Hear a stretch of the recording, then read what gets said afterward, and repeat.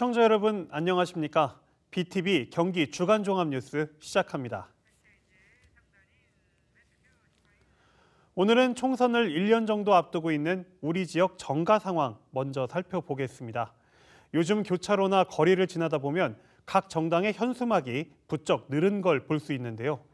선거철을 방불케 할 만큼 경쟁적으로 설치하고 있는 데다 자극적인 문구로 상대방을 비방하는 내용이 대다수입니다. 시민들의 안전까지 위협하고 있다는데요. 현장에 주하영 기자가 다녀왔습니다. 역 주변에도 교차로에도 육교에도 어김없이 나붙은 현수막. 대부분 각 정당이 내건 현수막입니다. 보기에도 안 좋고 근데 저거 왜 안 떼가는지 모르겠어. 저기 아파트 그런 거 분양해놓은 거 그런 거는 떼가는데 저런 건 안 떼간다고. 마약이나 무기를 운운하며 원색적인 표현도 서슴지 않습니다. 서로를 비난하는 문구에 시민들은 눈살을 찌푸립니다. 현재 우리 국민 시민들하고는 맞지 않는 내용이 많아요. 속 내용을 보면은 별로 맞지 않아. 선거철이 아닌데도 정당 현수막이 많아진 건 지난해 말 5개 광고물법이 개정됐기 때문입니다. 현수막은 관할 지자체의 허가를 거쳐 지정된 곳에만 내걸 수 있었습니다. 그런데 개정 후 정당 정책이나 현안과 관련해 허가나 신고 없이 15일간 자유롭게 걸 수 있도록 한 겁니다. 개수나 장소 제한도 사실상 사라졌습니다. 안전을 위해 어린이 보호구역 등이 있는 위치는 피하고 2, 3m 이상 높이에 설치해야 한다는 정부 지침이 있지만 강제력이 없어 있으나 마나입니다. 이렇게 바람이 많이 부는 날 현수막의 끈이라도 풀리게 되면 운전자와 보행자의 안전을 위협하게 됩니다. 한 지자체는 최근 정당 관계자들과 협의에 나섰지만 이렇다 할 결론을 내리지 못했습니다. 지금으로서는 민원이 빗발쳐도 게시 기간이 보름을 넘긴 현수막만 수거할 수 있는 상황입니다. 일단 게시된 거는 치울 수 있는 권한은 없고요. 기간이 지나면은 철거할 수 있고 기간이 안 지나면은 철거를 할 수 없는 거죠? 예, 지금 현 시스템이 그렇습니다. 이런 가운데 내년 총선을 앞두고 올 하반기부터 정치권의 현수막 경쟁은 더 치열해질 거란 관측이 나오고 있습니다. BTV 뉴스 주하영입니다. 시흥시 의회에선 정책 지원관 채용을 두고 여야 갈등이 커지고 있습니다. 7명을 뽑았는데 민주당 이해관계자들이 대부분이라며 국민의힘 측이 반발하고 있는데요. 시정을 요구하며 무기한 보이콧을 예고하고 있어 파행이 지속되고 있습니다. 김성원 기자의 보도입니다. 시흥시의회 국민의힘 의원들이 기자회견을 열고 민주당을 향해 맹비난을 쏟아냈습니다. 지난해와 올해 7명의 정책 지원관을 채용하는 과정에서 대부분 민주당 이해관계자들이 뽑혔다며 항의하고 나선 겁니다. 국민의힘 의원들은 민주당 관계자들로 구성된 정책 지원관과 어떤 논의를 할 수 있겠냐며 반대 입장을 생각해보라고 꼬집었습니다. 그러면서 정책 지원관 채용 면접 과정에 양당이 함께 참여하고 마찰이 있을 경우 채용을 중단하고 시청 직원이 업무를 맡을 수 있도록 하자고 요구했습니다. 시흥시의회 다수당인 더불어민주당은 위에 민주주의 존경하는가 아님 다수당을 이용해 불통, 꼼수, 독단으로 위정과 의사를 이끌어가는가에 강한 의구심을 가집니다. 이에 대해 시흥시의회 민주당 의원들은 전혀 문제가 되지 않는 사안이라고 일축했습니다. 정책 지원관은 공개 채용을 통한 정당한 절차를 거쳤고 정당이 면접에 관여하는 것은 바람직하지 않다는 입장입니다. 저희가 세 차례 다 공개 채용을 했고 어떤 것도 다 뭔가 원칙에 어긋난 게 아무것도 없었고 이랬던 부분들인데 일단 이번 회기 끝나고 뭔가 다시 좀 얘기들을 좀 해봐야 될 것 같네요. 지난 14일부터 시작된 시흥시의회 임시회는 정책지원관 마찰로 파행을 이어오고 있는 상황입니다. 국민의힘 의원들은 요구 사안이 받아들여지지 않을 경우 무기한 보이콧을 예고했습니다. BTV 뉴스 김성원입니다. 안산시가 이민근 시장의 핵심 공약인 신안산선 연장을 본격적으로 추진합니다. 한양대역이 종점인 열차를 그랑시티 자이와 경기 가든까지 연장한다는 계획인데요. 화성시도 새솔동까지 연장을 추진하고 있어 향방에 관심이 모아지고 있습니다. 보도에 이재문 기자입니다. 오는 2025년에 완공 예정인 신안산선. 현재까지 계획은 서울 여의도에서 안산 한양대까지 구간으로 30분대에 달리게 됩니다. 여기에 더해서 안산시는 한양대역에서 그랑시티 자이, 세계정원 경기가든까지 약 3km 구간을 연장하고 2개의 역을 신설하기 위한 타당성 검토에 들어갔습니다. 미니 신도시 그랑시티 자이 아파트 단지의 불편한 대중교통 문제 해결과 각종 도시개발 사업 등에 따른 교통 수요를 대비하기 위해서입니다. 안산시는 내년 4월까지 타당성 조사를 통해 수요 예측과 경제성을 분석해 국토부에 신안산선 연장을 건의하겠다는 계획입니다. 노선 연장 지역은 이미 7,600세대 대단지 아파트가 들어서 있고 앞으로 4동 89블럭과 세계정원 경기가든 등 개발이 예정돼 있어 안산시의 미래 성장 동력 확보를 위해 신안산선 노선 연장은 반드시 필요합니다. 화성시도 신안산선 연장을 검토하고 있습니다. 2만 5천여 명의 주민이 거주하는 화성시 새솔동이 섬처럼 떨어져 있어서 대중교통이 불편하기 때문입니다.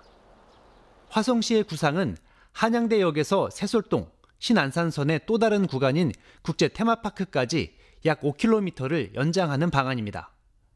다음 달까지 연구 용역을 마치고 내년에는 제5차 국가철도망 구축 계획에 반영될 수 있도록 건의하겠다는 겁니다. 장기적으로 봤을 때는 차솔역 신설뿐만 아니라 송정 그린시티 내부적으로도 연결도 해야 되고 하는 부분이 있어서 그거는 좀 장기안으로 검토하고 있습니다. 안산시와 화성시가 각각의 신안산선 연장을 추진하고 있는 가운데 아직까지 양 지자체 간의 소통이나 협력은 없습니다. 이 같은 움직임 속에 화성시 새솔동 주민들은 신안산선 연장을 한양대역에서 안산시 그랑시티 자이, 화성시 새솔동을 거쳐 국제 테마파크까지 연결하는 제3의 방안이 안산시와 화성시가 윈윈하는 그림이 아니냐는 의견을 지역 커뮤니티 등에서 제시하기도 합니다. 신안산선 연장을 추진하고 있는 안산시와 화성시. 경쟁의 구도로 갈 것인가? 협력의 방안을 찾을 것인가? 관심이 모아집니다. BTV 뉴스 이재문입니다.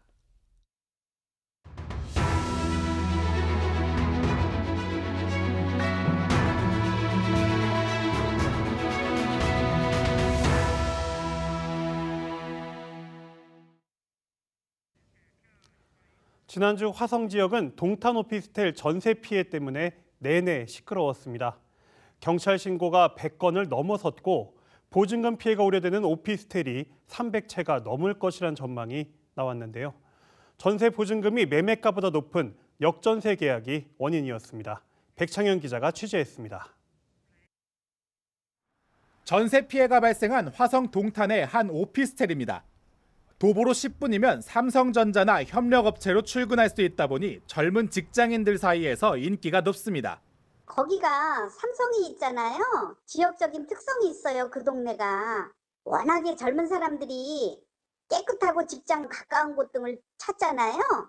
이 지역의 전세 피해가 집중적으로 발생한 이유는 매매 가격이 전세가보다 급격히 떨어지는 역전세 현상 때문입니다. 지난 2019년에 준공된 한 오피스텔의 경우 1억 원가량으로 거래되던 매매 가격이 최근 3년 사이 최대 6천만 원 가까이 떨어졌지만 반대로 이 기간 중 전세값은 거의 유지되면서 차이가 5천만 원 넘게 벌어졌습니다. 지역 공인중개사는 전세를 선호하는 경향이 큰 지역 특성상 전세 수요가 높아지면서 발생한 현상으로 보고 있습니다. 또 이 같은 전세 수요가 유지되는 것은 주변 대기업의 임직원 대출의 영향도 적지 않습니다.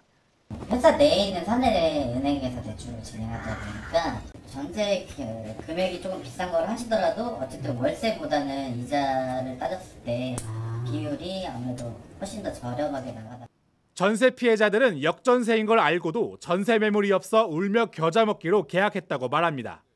매매가가 당시에 1억인데 전세가 1억 500이에요. 1억 1000만 원이에요.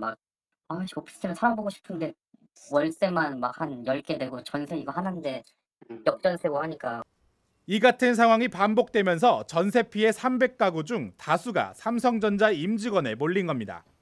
한편 경찰은 동탄 전세 피해에 대해 임대인을 불러 조사하고 고의성은 없었는지 확인할 계획입니다. BTV 뉴스 백창혜입니다. 도내 다른 지역의 상황도 좋지 않은 것으로 나타났습니다. 특히 오피스텔과 다세대 주택의 역전세 문제가 심각한 상황인데요. 곳곳에서 전세 피해가 터져나올 수 있다는 우려가 커지고 있습니다. 박일국 기자입니다. 오피스텔이 밀집한 수원시청 주변입니다. 전철역이 가깝고 상업시설이 많아서 청년층의 임대 수요가 많은 곳입니다. 그렇다 보니 이 지역 오피스텔의 전세 보증금은 매매 가격과 거의 같거나 높은 경우도 쉽게 볼 수 있습니다. 매매가 1억인데 전세 7천 하는 집은 단 한 집도 없어요. 전세가 조금 높았다가 같아졌다가 왔다 갔다 계속 그 수준이었어요. 역세권 재개발이 진행 중인 군포역 주변, 이곳도 상황은 비슷합니다. 최근 몇 년 사이 오피스텔이나 도시명 생활주택이 우후죽순 들어서면서 매매가와 전세가의 구분은 없어진 지 오래입니다. 주변에 있는 원룸이나 1.5룸이나 이런 것들은 사실은 뭐 매매가를 의미가 없어요, 사실은. 그 전세가가 나가면은 그게 이제 시세가 되는 거고. 경기 지역 역세권의 오피스텔이나 원룸 전세가율은 대부분 90%를 넘어서 매매 가격과 비슷한 수준입니다. 주변에 신축 오피스텔이 들어서고 인상된 임대료를 내걸면 기존 오피스텔도 매매 가격과는 상관없이 따라오르는 경우가 많기 때문입니다. 매가를 생각하지 않아요. 전세를 찾으러 오시는 분들은 그냥 상대적으로 1억 7천, 1억 8천, 1억 9천 이러는데 여기는 1억 9천 이러면 싸다고 느끼는 거죠. 다세대 주택이나 상가형 주택의 임대 시장도 비슷합니다.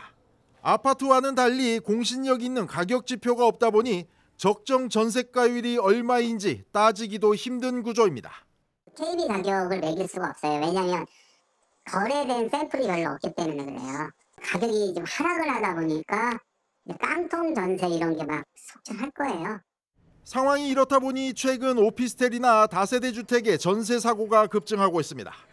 올해 들어 주택도시보증공사가 3월까지 처리한 전세 사건의 67%는 오피스텔이나 다세대 주택입니다. 아파트의 2배가 넘는 수준입니다. 높은 전세가율은 법원 경매를 통한 보증금 회수도 어렵게 만듭니다.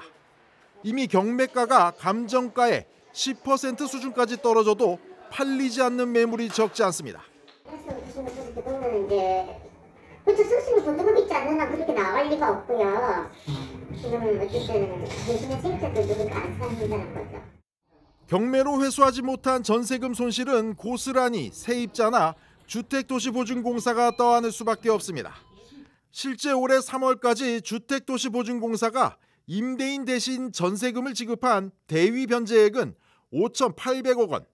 이 중에서 공사가 경매 등을 거쳐 회수한 돈은 770억 원, 13%에 불과합니다. 44%이던 2년 전에 비하면 30% 수준이고 24% 수준이던 지난해와 비교해도 반토막 수준이어서 손실액이 급증한 것으로 나타났습니다. 오피스텔이나 다세대 주택은 전세보증보험에 가입하지 못하는 경우가 많아서 실제 보증금 손실액은 더 클 것으로 보입니다. 한편 부동산 업계에선 오피스텔이나 다세대 전세 대출이 대부분 제2금융권에 집중돼 있다는 점에서 전세금 손실이 자칫 금융권으로 번질 수 있다는 우려마저 나오고 있습니다. BTV 뉴스 박일국입니다. 앞서 기사들을 종합해보면 도내 전세 피해가 확산되고 있는 이유는 바로 역전세 현상 때문입니다. 부동산 경기 악화로 전세값이 떨어지면서 2년 전 계약 때보다 전세 보증금이 낮아졌고 임대인이 보증금을 돌려주지 못하는 상황이 반복되고 있는 건데요. 지난해 전세값 추이를 살펴보면 이제 시작 단계라 걱정이 더욱 커지고 있습니다. 현장을 취재한 박일국 기자와 함께 좀 더 자세한 이야기 나눠보겠습니다. 앞서 기사에서 나온 화성 동탄 지역 상황이 가장 좀 궁금한데요. 그 일주일 전에 한 300세대 이상의 보증금 피해가 예상됐잖아요. 현재 상황은 좀 어떤지요? 일단 전세 사기를 당했다고 경찰에 신고하신 분들이 조금씩 늘어가고 있습니다. 지금 한 110명 정도가 되고 있는 것으로 나타나고 있고요. 그 300채 이야기가 나오는 것은 당초에 이제 250채를 가지고 있었다는 부부, 박 씨 부부인데요. 이분들이 가지고 있었던 것이 조사를 해보니까 260여 채 정도, 한 10개 정도 더 네. 있었던 것으로 나타나고 있고, 그다음에 한 40채 정도 가지고 계신 분들이 또 나타났어요. 그리고 개인적으로 좀 갭투기를, 뭐 몇 개 안 됩니다만 갭투기를 했던 분들이 또 신고에 같이 들어오는 경우가 있어서 이래저래 합쳐보면 한 300채 정도가 된다는 이야기고, 이 300채 정도의 이제 동탄 지역 오피스텔은 잠재적으로 전세 피해 우려가 있다. 뭐 이렇게 볼 수 있겠습니다. 네, 지금 인터넷에 뭐 많은 기사들이 올라오고 있는데 예. 이 기사들 대부분이 지금 이 사건을 뭐 동탄 전세 사기 사건이다 이제 이런 예. 식으로 좀 표현을 하고 있거든요. 예, 그렇습니다. 이 그 전세 사기라는 표현 좀 맞는 표현일까요? 뭐 구체적인 이제 사항들은 이제 경찰의 수사 결과를 봐야지 이제 알 수 있겠죠. 하지만 사기라고 하는 것은 상대를 기망해서 경제적인 이익을 취하는 것을 의미하는 것인데, 어느 정도 기망 행위가 있었는지, 뭐 거짓말을 했다든가 둘러댔다든가 뭐 어느 정도 기망 행위가 있었는지에 대해서는 아직 나오고 있지 않습니다. 네. 좀 구분해 볼 만한 것이 인천 미추홀구라든가 서울의 강서구 같은 사례 때문에 지금 이제 사기 사건이라는 얘기가 자꾸 있는 건데요. 그 앞선 인천이나 그 서울 같은 경우에는 적극적이고 또 조직적인 어떤 행위들이 그 경찰 수사 결과로 나오고 있거든요. 근데 동탄 같은 경우에는 아직까지는 어느 정도 행위가 있었는지가 구체적으로 나오지 않고 있고요. 그다음에 선순위 채권도 없는 경우가 상당히 있는 것으로 지금 알려지고 있거든요. 그래서 이것을 바로 사기 사건이다라고 이렇게 연결짓기는 좀 어려운 상황이고, 가장 근본적인 것은 오피스텔과 다세대 주택을 중심으로 해서 지금 집중적으로 경기 지역에 전세 피해 사건들이 접수되고 있다. 이 지점입니다. 네. 또 이제 동탄 지역뿐만 아니라 이번에 좀 경기 남부 지역에 특히 이제 역세권들을 좀 돌면서 뭐 오피스텔이나 다세대 주택 이런 그 주택들의 좀 상황을 좀 살펴보셨잖아요. 네, 그렇습니다. 지금 이제 기사 보니까 전세가가 매매가와 이제 거의 같은 수준에 이제 형성이 돼 있더라고요. 좀 이런 경우에는 좀 어떤 문제가 발생할 수 있을까요? 예, 이제 뭐 크게 두 가지로 이제 볼 수 있을 것 같아요. 뭐 첫 번째는 지금 문제가 되고 있는 전세 보증금을 돌려받지 못하거나 그걸 손실을 보거나 이런 경우가 있을 수가 있고, 그다음에 대출 문제를 이제 생각해 볼 수 있거든요. 역시 첫 번째 그 전세 보증금 문제는 오피스텔이나 다세대 주택이 앞서 그 리포트에서도 보셨겠지만 매매 가격하고 같거나 어떤 경우는 더 높은 경우도 있습니다. 네. 뭐 이런 경우는 사실상 이 전세금을 돌려받기 위해서 만약에 경매를 진행한다고 하더라도 거기에 수수료도 붙고 세금도 붙고 하기 때문에 전세금을 온전히 돌려받기는 힘든 구조입니다. 그래서 아주 취약한 고리라고 할 수 있고요. 그 다음에는 이제 그 대출 문제인데, 뭐 오피스텔이나 다세대 주택을 들어갈 때 전세 대출을 하셨던 분들도 계실 수가 있고, 그 다음에 그 집을 지을 때 또 대출을 받아가지고 지어서 거기에 부동산 담보대출이나 근저당이 있는 경우도 있을 수가 있습니다. 네. 이 두 가지 다 어느 경우이든 오피스텔이나 다세대 같은 경우에는 제2금융권에서 대출받은 경우가 대부분입니다. 그쪽에 밀집되어 있기 때문에 뭐 현재 제2금융권이라고 하면 이제 PF 문제 이런 것들이 지금 제기되고 있지 않습니까? 그러다 보니까 이번에 이 다세대 주택이나 오피스텔의 이 전세 보증금 문제라든가 이런 것들이 부실 채권으로 연결되는 게 아니냐. 그래서 제2금융권으로 이제 불똥이 옮겨 튀는 게 아니냐라는 그런 걱정이 나오고 있는 겁니다. 네. 뭐 이제 지난해 전세값 추이를 좀 살펴보니까 앞으로가 이제 더 걱정이 된다 이제 이런 상황이더라고요. 이 전세 피해의 이 상황이 좀 언제까지 이어질 것이라고 좀 보고 계시는지요? 예, 뭐 이게 뭐 사기든 피해든 간에 근본적으로는 이게 역전세 혹은 뭐 깡통 전세라는 그런 현상 때문인 거고요. 한국부동산원이 이제 매달 발표하는 지표가 있습니다. 전세 가격 지표가 있는데요. 경기 지역의 전세 가격 지표를 보면서 저희가 설명을 좀 드리도록 하겠습니다. 네. 매월 발표되는 것을 이제 시청자 여러분들께서 이제 보시기 편하도록 이제 반기로 이렇게 좀 나눠서 다시 계산해 놓은 건데요. 현재 그 가격 지수가 얼마 정도냐 하면은요, 86입니다. 지금 86인데 이 86이 언제적 가격 지표냐 하면요, 보시는 것처럼 2019년, 코로나 바로 직전 2019년 4분기 때 86이었습니다. 그때 전세 가격하고 지금 전세 가격이 비슷한 상황이라는 뜻이죠. 그 뒤로 어떻게 움직였는지 한번 보시겠습니다. 쭉 올라가죠. 쭉 올라가다가 자 2022년, 그러니까 지난해 상반기, 지난해 이맘때쯤 최고점을 찍고 급락을 합니다. 급락을 해서 앞서 한 2, 3년 동안 올랐던 거를 한 6개월여 만에 한꺼번에 반납하는 이런 현상을 지금 그래프를 보여주고 있거든요.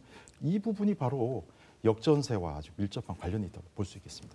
네, 이 보통 전세 계약이라는 거는 이제 2년 단위로 예. 이제 갱신이 되잖아요. 예, 예. 그러니까 지금 현재 이제 보증금 뭐 피해가 좀 나오고 있다, 이제 이런 이야기들이 나오고 있는 계약이 이제 2년 전인 그 그렇죠. 2021년에 이제 체결된 계약이다, 이렇게 보면 되겠네요. 예, 그렇습니다.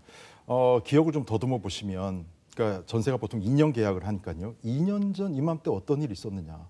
하루가 다르게 전세값이 올랐습니다. 뭐 일주일에 1% 이상씩 오른 경우도 있었거든요. 자, 그래서 다시 한번 그래프를 보면서 그 당시를 한번 되짚어 보도록 하겠습니다. 지금 이제 전세는 아니다, 뭐다 지금 말이 많은 바로 그게 언제적 이야기냐 하면 보시면 21년 상반기 때 이제 가격이겠죠. 그때 지수가 얼마였느냐? 97이었습니다. 그 뒤로도 문제는 더 올랐다는 겁니다. 보시면은 뭐 최고점 105까지 찍었었고요. 그 다음에 지난해 하반기부터 좀 꺾이기 시작했는데 그래도 100이었습니다. 지금보다도 높아요.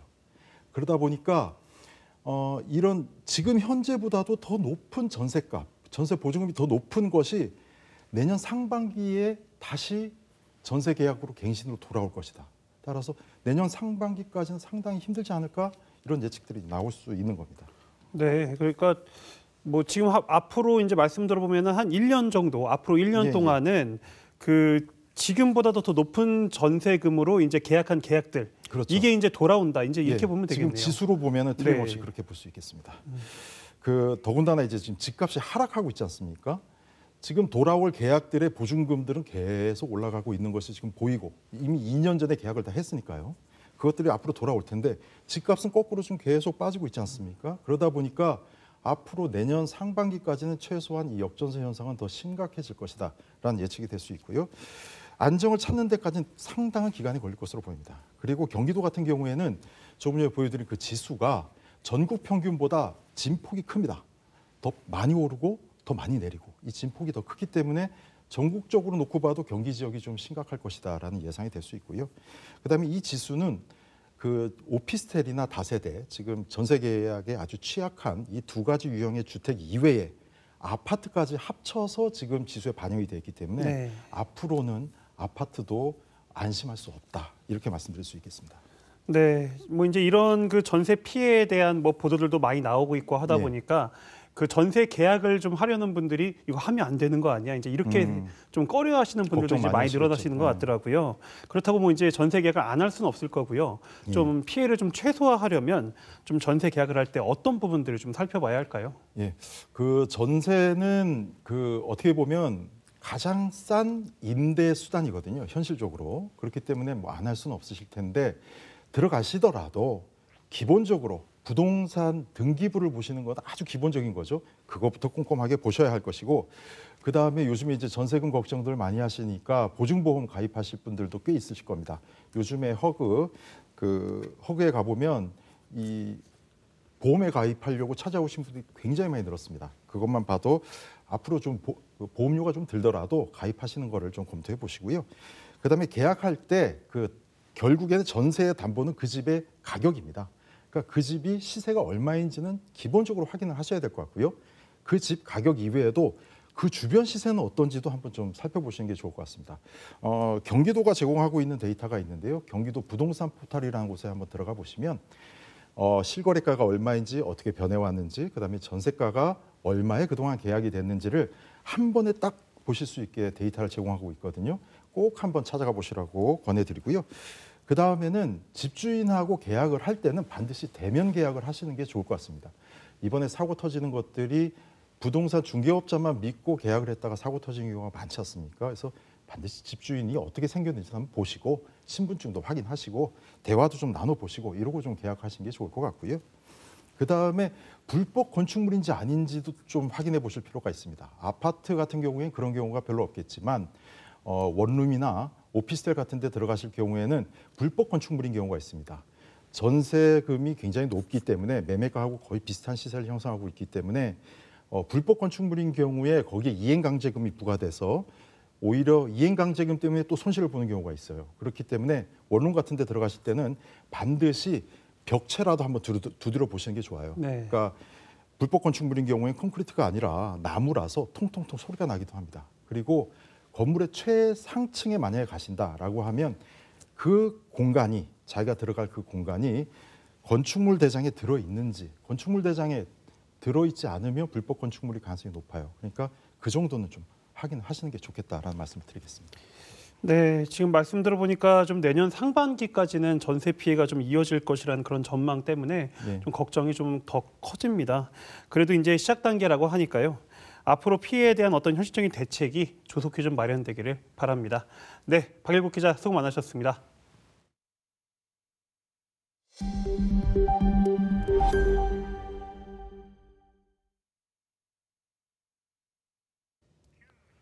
국가를 위해 헌신한 국가유공자들에겐 보훈수당이 지급되고 있습니다. 금액은 지자체마다 조례로 정하고 있는데요. 안성시는 보훈수당이 타 지역의 절반 수준에 불과해 논란이 일고 있습니다. 주하영 기자가 보도합니다. 6.25 참전용사와 광복회, 상위 군경회 등 안성 지역 8개 보훈단체들이 시청 앞에 모였습니다. 인상된 보훈수당을 오는 6월부터 지급해달라며 집회를 연 겁니다. 목숨 바쳐 지킨다라. 보훈수당 아까우냐? 수당 관철! 수당 관철! 안성 지역 보훈단체는 의원 발의를 통해 국가 보훈 대상자 수당 인상 근거가 마련되는데 다음 달 추경 예산안에 반영하지 않았다며 반발했습니다. 해당 조례는 보훈 명예수당을 현재 8만 원에서 15만 원으로 인상하고 각종 수당을 올 6월 1일부터 지급한다는 내용이 담겼습니다. 6월 달까지 그런 집행을 하겠다. 의회에서도 그렇게 결정을 받습니다. 시장님도 그때 나오셔가지고 아무 소리도 안 하시고 이렇게 가셨는데 불가하면서 지금에 와서는 다 시간이 닥치니까는 그걸 못 해주겠다. 도내 각 지자체의 보훈수당은 15만 원에서 20만 원 정도입니다. 지자체별로 재정 여건에 따라 인상하면서 안성시와 2배 정도 차이를 나타내고 있습니다. 1,500명 정도 남아 계신데요. 그 부분들을 살아계실 동안이라도 어떻게 됐든 실질적인 도움을 주기 위해서. 하지만 안성시는 보훈 명예수당 인상을 당장 시행하고 싶어도 할 수 없는 상황이라고 밝혔습니다. 또한 행정안전부가 현금성 복지 지출에 대해 제재를 하고 있어 지급이 어렵다는 입장입니다. 희생과 헌신에 따른 그 보훈 명예수당 지원에는 적극 동의를 합니다. 중앙정부에서 현금성 복지 지출 비중이 큰 지방자치단체에는 불이익을 준다고 하는 이 상황이거든요. 지자체별로 보훈수당이 큰 편차를 보이자 정부는 개선 방안을 두고 연구 용역을 추진 중에 있습니다. 이를 토대로 안성시가 보훈수당을 지급한다면 오는 2025년에나 지급될 것으로 보입니다. BTV 뉴스 주하영입니다. 의왕에선 교육지원청을 신설해달라는 학부모들의 요구가 커지고 있습니다. 군포와 의왕을 관할하는 지원청이 군포에 있다 보니 적절한 교육 서비스를 받지 못하고 있다는 겁니다. 권예솔 기자가 취재했습니다. 경기도 내 설치된 교육지원청은 모두 25곳입니다.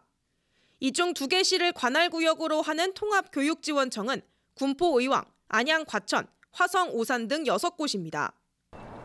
의왕교육지원센터는 지난 2020년 시설 관리와 지역 맞춤형 교육 등의 업무를 수행할 목적으로 설치됐습니다. 하지만 교육지원센터는 교육지원청과 규모 면에서 큰 차이가 납니다. 의왕교육지원센터는 현재 3개 팀으로 11명이 근무 중인데 이는 군포의왕교육지원청 타 부서의 절반에도 미치지 못하는 수준입니다.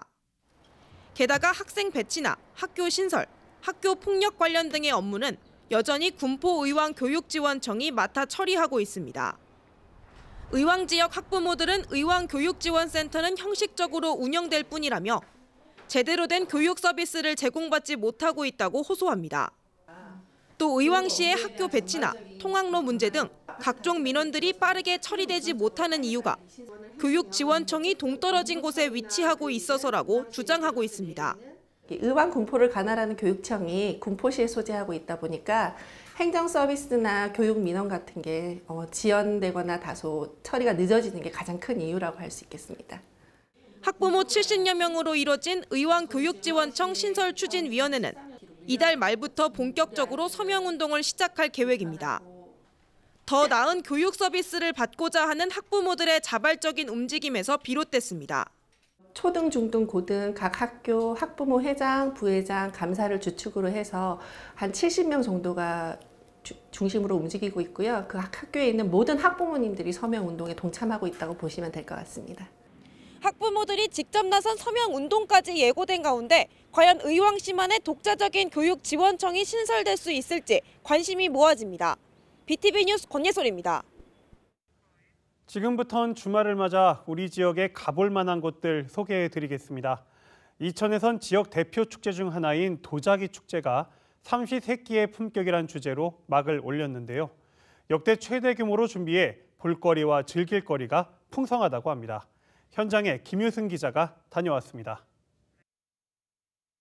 물레에서 돌아가는 흙 반죽이 손끝에서 점차 그릇 모양으로 변해갑니다. 난생 처음 도자기를 만들어보는 아이들의 표정이 사뭇 진지합니다.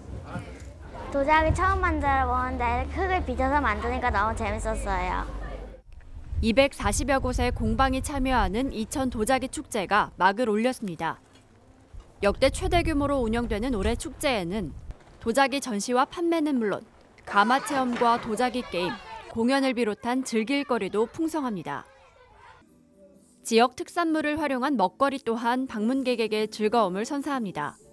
도예 명작품들을 보니까 한국의 도자기 수준이 많이 올라왔구나 하는 생각이 듭니다. 먹거리도 좀 먹어보고 그럴 생각입니다. 축제장 한편엔 특별한 전시도 마련됐습니다.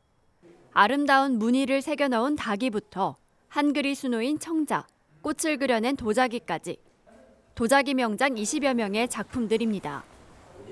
옛날 상감 기법을 토대로 해가지고 했기 때문에 굉장히 고난이의 그 기술이 들어간 작품이에요.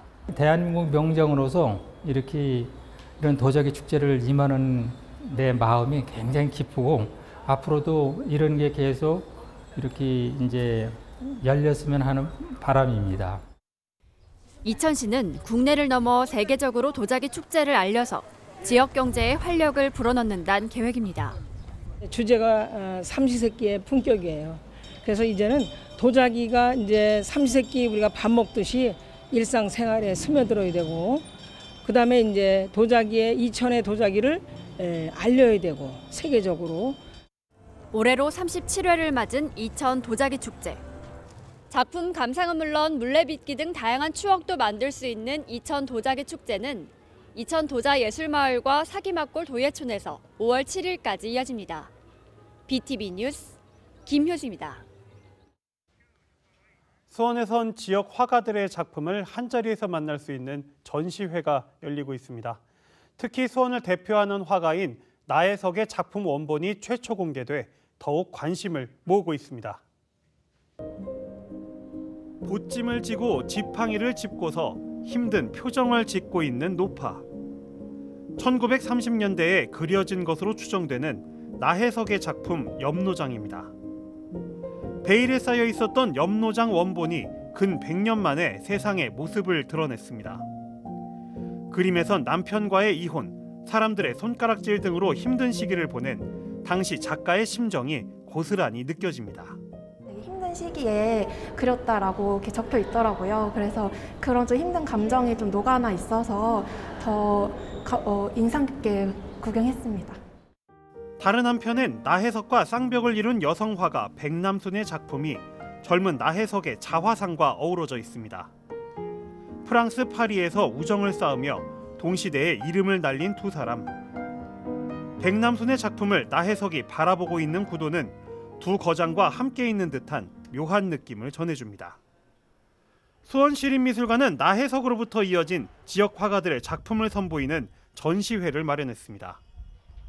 미술관이 소장한 260점의 작품 중 46점을 만나볼 수 있는 이번 전시는 수원의 미술과 여성주의에 대해 공감하고 이해할 수 있도록 구성됐습니다. 물은 별을 담는다라는 전시인데, 물은 이제 수원을 뜻하고요, 별은 작품을 뜻합니다. 저희가 수집해온 여성주의 미술과 나혜석 작품, 그리고 나혜석과 같이 맥락을 형성한 백남순 작가의 하늘의 미랄이라는 작품도 만나보실 수 있습니다. 수원시립미술관의 소장품 상설 전 물은 별을 담는다는 내년 2월 18일까지 이어집니다. 오는 8월까지는 가족에 대한 다양한 관념을 담은 기획전, 어떤 노멀도 함께 만나볼 수 있습니다. BTV 뉴스 이지호입니다. 이번엔 우리 주변에 걷고 싶은 길을 찾아가 보겠습니다. 용인엔 우리나라의 첫 사제 김대건 신부가 사목 활동을 벌인 은희성지가 있는데요. 박해를 피해 성지로 갔던 길은 현재 청년 김대건 길로 꾸며져 있습니다. 숲길을 따라 걸으며 천주교의 역사도 살펴볼 수 있는 길로 김효승 기자가 안내합니다. 고즈넉한 산속에 자리한 흰색 건물. 우리나라 최초의 사제 김대건 신부가 세례를 받고 사목 활동을 했던 은희성지입니다. 중국 상해에 있는 김가항 성당에서 사제 서품을 받으셨어요. 그래서 그 사제 서품을 받으신 성당이라고 해서 의미가 깊은데, 그 김가항 성당이 철거 위기에 놓이게 되어서 그 건축물의 일부를 자재를 가지고 와서 복원을 시킨 겁니다. 천주교 박해 시기에 신자들이 숨어 살던 곳, 숨은 마을이라는 뜻의 은희성지는 청년 김대건 길의 출발지입니다. 김대건 신부가 사목 활동을 벌이기 위해 오가던 길. 은희성지부터 미리네 성지까지 10.3km에 이르는 구간 숲길이 조성돼 있습니다. 산길을 따라 걸으며 만나는 안내판으로 김대건 신부의 발자취를 들여다보고 나무와 꽃을 감상하며 자연도 느낄 수 있습니다. 이제 언니들하고 이렇게 고즈넉한 길도 있다고 해서 이렇게 한번 걸어보려고 왔습니다. 숨어서 사람들이 있어야 되기 때문에 되게 아늑하고 산림도 울창해져 있고 지금 계절이 또 꽃도 많이 피어 있어서 뭔가 또 기도로서 좀 더 많은 들어줄 수 있을 것 같은 느낌? 옛 그대로 조금 그 모습 그대로 있다는 느낌이 들어서 더 이제 마음이 좀 푸근함을 느끼는 것 같아요. 산 고개를 넘다 마주치는 마을의 풍경과 함께 와우 정사도 뜻밖의 볼거리입니다. 와우, 누워있는 불상을 보실 수 있는 곳이에요. 또 이쪽 뒷면에 보이는 불상 불 두만 있는데 저 불두도 굉장히 유명한 것이 그래서 이쪽에까지 들러서 보실 수 있으면 좋겠어요.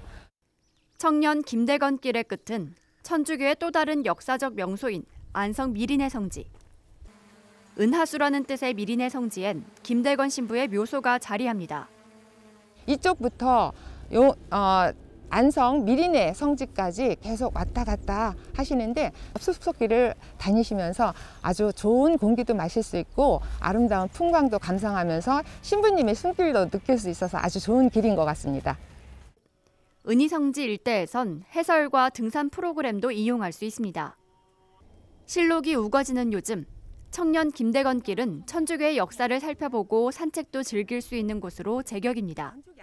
BTV 뉴스 김효수입니다.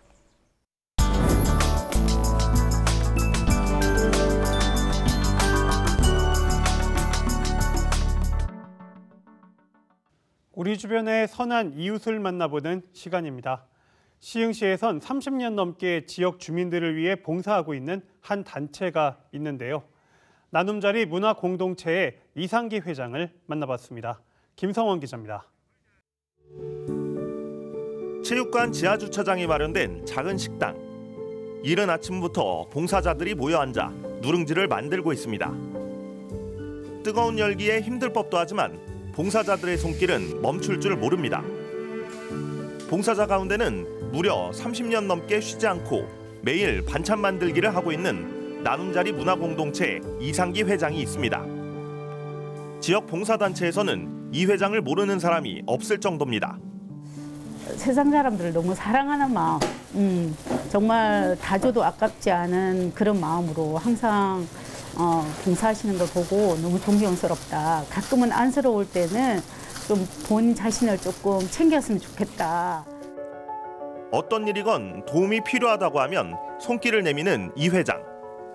이 같은 모습에 감명받아 봉사를 시작한 사람들도 많습니다.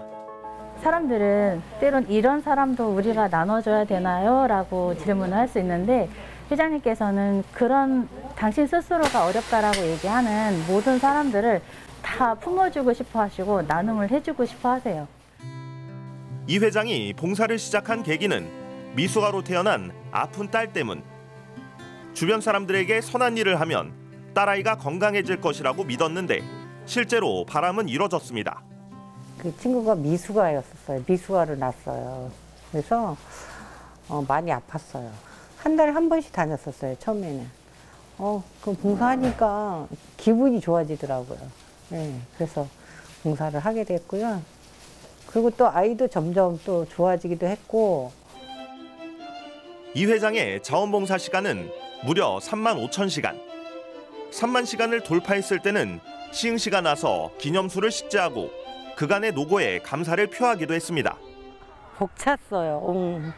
이렇게 봉사활동하니까 이런 것도 있네? 네. 또 저를 통해서 많은 사람들이 그 사회활동을 해서 그 사회가 밝아지는 역할을 하게 되면 좋겠다는 생각을 했어요. 최근에는 어려운 형편에 놓인 학생들이 자유롭게 먹고 쉴 수 있는 건물까지 임대해 제공하고 있습니다. 몸이 아파도 쉴 수 없다며 봉사는 삶의 원동력이라는 이 회장. 이루고 싶은 소망은 1,000원의 식당을 운영하는 겁니다. 그냥 와서 먹으면 그잖아요. 그러니까 여기 가난한 사람들만 먹는 데야 막 이렇게 되잖아요. 그래서 그러지 않고 1,000원 내고 먹는 그런 식당을 하고 싶어요. BTV 뉴스 김성원입니다.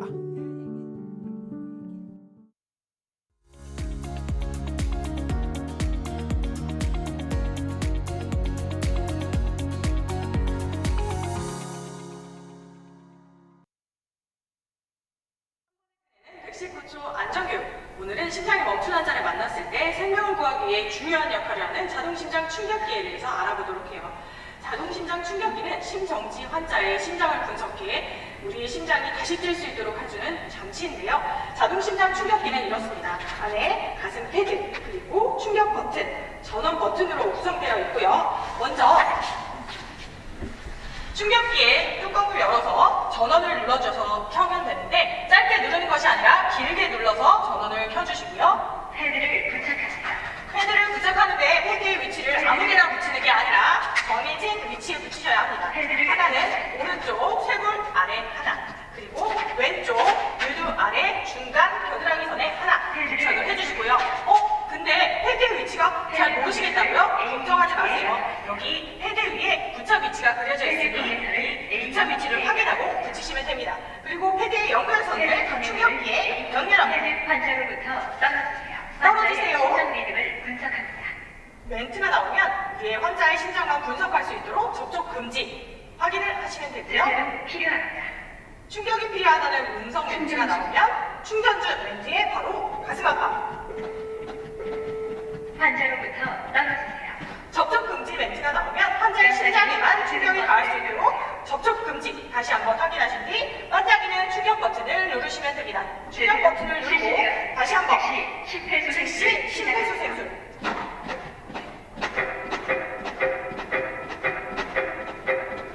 네, 이렇게 기계가 2분마다 한 번씩 다시를 제대로 반복을 하면서 기계의 음성 지시에 따라 사용하시면 됩니다. 어떠신가요? 어려우신가요? 네, 그렇지 않아요. 충격기에 전원만 키면 음성 안내에 따라 모두 쉽게 따라 하실 수 있으니까 응급 상황에 여러분 모두 대비하세요. 안녕. 안녕하세요. 경기소방재난본부의 이재현입니다. 자동심장 충격기는 AED 또는 제세동기라고 부르기도 하는데요. 2017년부터 국민들이 이해하기 쉬운 용어를 쓰기 위해 자동심장 충격기로 통일하여 사용하고 있습니다. 2021년 아파트에서 일하던 70대 경비원이 근무 중 갑자기 쓰러져 집을 나섰던 한 주민이 발견하고 즉시 119와 영상통화를 하며 관리소 직원들과 함께 심폐소생술 및 자동심장 충격기를 사용하여 생명을 구한 사례도 있습니다. 21년도 질병관리청 급성심장정지조사에 따르면 급성심정지 환자는 한 해 3만 명 이상 발생했고 이는 10만 명당 약 64명의 환자가 발생한 것으로 매년 지속적으로 증가 추세를 보인다고 합니다. 2022년도 한국소비자원에서 실시한 응급처치 교육을 받은 대학생을 대상으로 실태조사를 한 결과 심폐소생술 방법을 알고 있는 학생에 비해 자동심장 충격기 사용법을 알고 있는 학생은 절반도 되지 않았습니다. 자동심장 충격기를 사용하면 심폐소생술만 했을 때보다 3배 이상 소생률이 높아지기 때문에 심정지 환자의 소생률이 높아질 수 있을 것입니다. 자동심장 충격기는 응급의료에 관한 법률에 따라서 공항, 그리고 선박과 열차를 포함해 500가구 이상의 아파트와 다중이용 시설에 의무적으로 설치해야 한다고 규정하고 있습니다. 여러분께서는 우리 동네의 자동심장 충격기가 어디에 있는지 알고 계신가요? 우리 동네의 자동심장 충격기 위치를 확인하기 위해서는 응급의료 포털 홈페이지에 접속해 자동심장 충격기 위치를 확인하실 수 있는데요. 모바일이나 인터넷 접속하셔서 자동심장 충격기 찾기 메뉴로 들어가서 주소 검색을 하시면 반경 1에서 2km 이내에 있는 자동심장 충격기의 설치 위치를 정확히 확인하실 수 있습니다. 생명을 살리는 자동심장 충격기 사용법 꼭 알아두시고 응급 상황에 대비하세요. 감사합니다. 이상으로 BTV 경기 주간 종합 뉴스를 마칩니다. 편안한 주말 보내시기 바랍니다.